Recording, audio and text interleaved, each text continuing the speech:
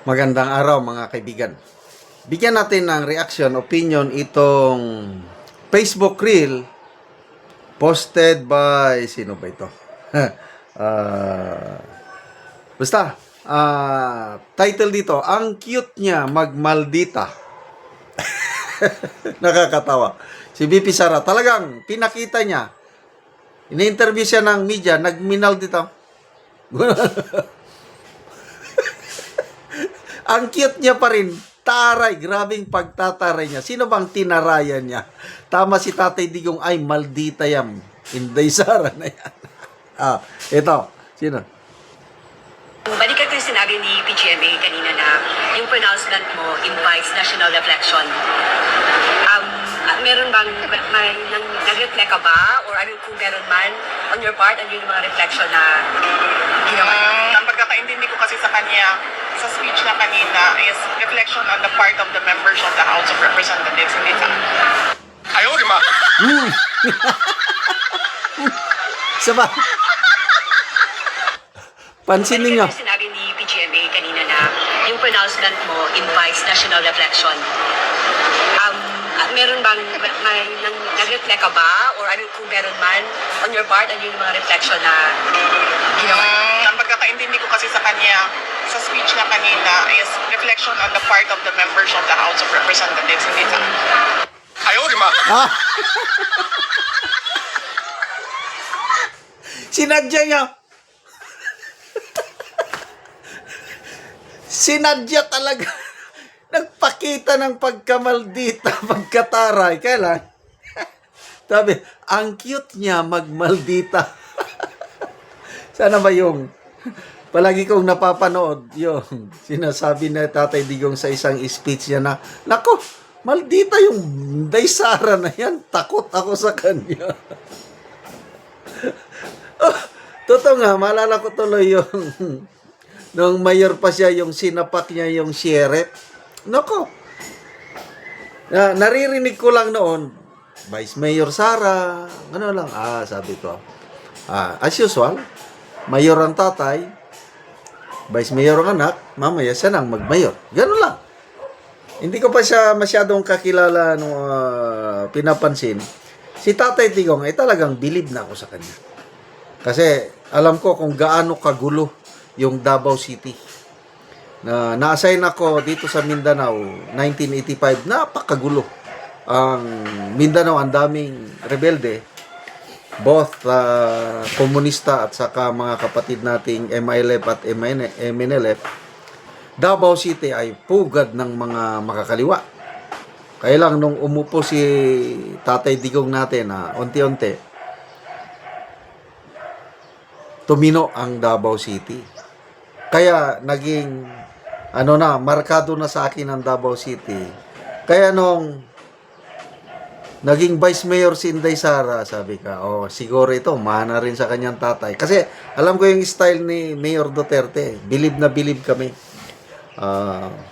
Sa Davao City, nauso yung tinatawag namin na alsamasa. Yung mga tao na mismo ang lumalaban sa mga makakaliwa, mga MPA, ganun yun, alsamasa, sumikat sa Davao. Hanggang kumalap sa buong Mindanao yung alsamasa movement. Ngayon, nung naging mayor na si Inday Sara, doon ako na-shock nung mapanood ko yung kanyang video na nasaan yung sheriff. Nandito ma'am, lumapit. Nako. Hindi naman suntok na gano'n na kung lalaki sana is jab or uppercut o ano. Hindi. Pag ganyan, no. Sabi ko ito na mula noon na love at first sight kung sano pa yung paghanga ba na ito ang dapat na leader. Hindi ko na makalimutan mula noon. Kaya nung election bago mag-eleksyon ng 2022 at lumalabas siya yung pinakamalakas sa survey, sabi ko, pag nagkandidato ito na presidente, yan, bubutuhan ko yan, sabi ko. Siya nakapili na ako. Duterte ako. Bigla man lang siyang slide down, nag-vice president na lang at in-endorse niya ang isang BBM. Dito sa kapitbahay, kapitlote ko, may ginagawang malaking building, 3-story building, townhouse. Nakausap ko yung mga trabahante. Pag-usapan namin yung hirap ng buhay, mga ganon. Hanggang tinanong ko, sino bang binotohan nyo nung election 2022? Sino ang presidente nyo? Gumanon siya. Marcos. Kasi siya man ang in-endorse ng mga Duterte, kaya binotohan namin ang Marcos.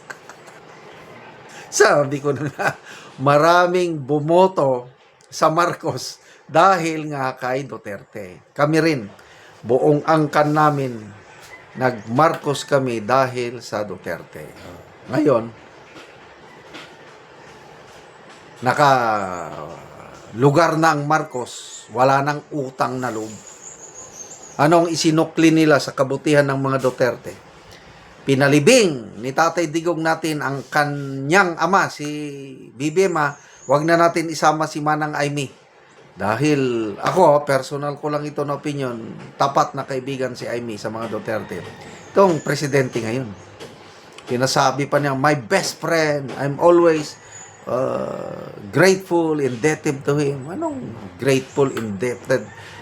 Pinakulong mo, pinakidnap mo ang kanyang tatay. Tapos ngayon, ginigipit nyo ang kanyang anak.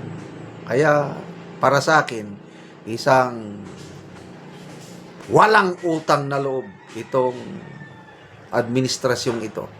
Nanalo siya dahil sa tulong ng Duterte ngayon. Anyway, ganyan lang. Taray siya, mga kongresista. Hindi man para sa akin yan, yung statement ni PGMA na very significant ang pag-declare ni BP Sara ng kanyang candidacy. It takes, dapat mag-reflect, mag-isip. Nakapag-isip ka na ba? Sabi ng mga reporter, hindi para sa akin yun. Para sa mga kongresista yun, mag-reflect sila, mamili sila ngayon, anong gusto nilang gawin. May dalawang choices na binigay ni Atty. Guanzon sa mga kongresista. Anong gusto nyo? 2 years with PBBM or 6 years with BP Sara sa 2028? Ayun. So, salamat mga kaibigan sa inyong pagsubaybay sa ating channel. Nakakatulong kayo ng malaki sa tribong Talandig ng Bukidnon dahil ang income natin sa channel na ito is pantulong sa tribo. Namimigay tayo ng libreng yero at pako para makapagpatayo sila ng mas maayos na tahanan. Panoorin nyo ang video na ito. Muna ni si Angkol ang natagaan og sin ang iyang anak, so mag-atop na karon. Kahit gan at mamanday sa ita.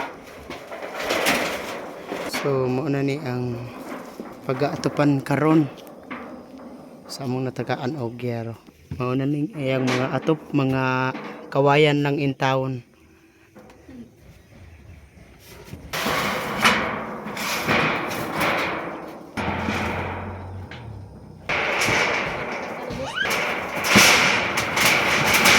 O muna ni ang ilang atop nga kawayan lang.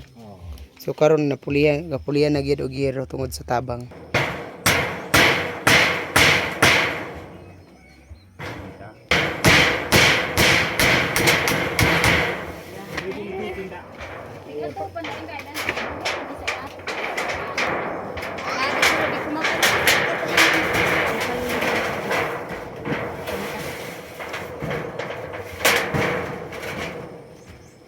O karon human na gyud sa pag-atop ang among gihatag nga makita gyud nato nga maayo na gyud nga tan-awon, napulian na tong mga kawayan lang nga mga atop ganina. So yero na gyud ang nakapuli sa mga kawayan na. Salamat sa Ginoo ug salamat sa nagtabang sa sin, di nagyud mi maulanan. Salamat kaayo. So pila na to ka tuig ang inyong atop nga kawayan lang? Tulo na ka tuig to. Tulo na ka tuig. Oh. So nangagapok na gyud. Oh. Usa man si Papa mo apit nagakahulog sa tanggal sa among atop. Lagi. So kuan gyud. Sa kalisod, di nagyud mi makapalit og hero kay puto bra ang among kwarta sa pagkaon namo. O so imong bana magmuso lang gyapon. Oh, So pila may adlawan karon? tag 150 ang uban 200. So di na makasigo sa ang kuan sudan. Oh. So salamat kaayo.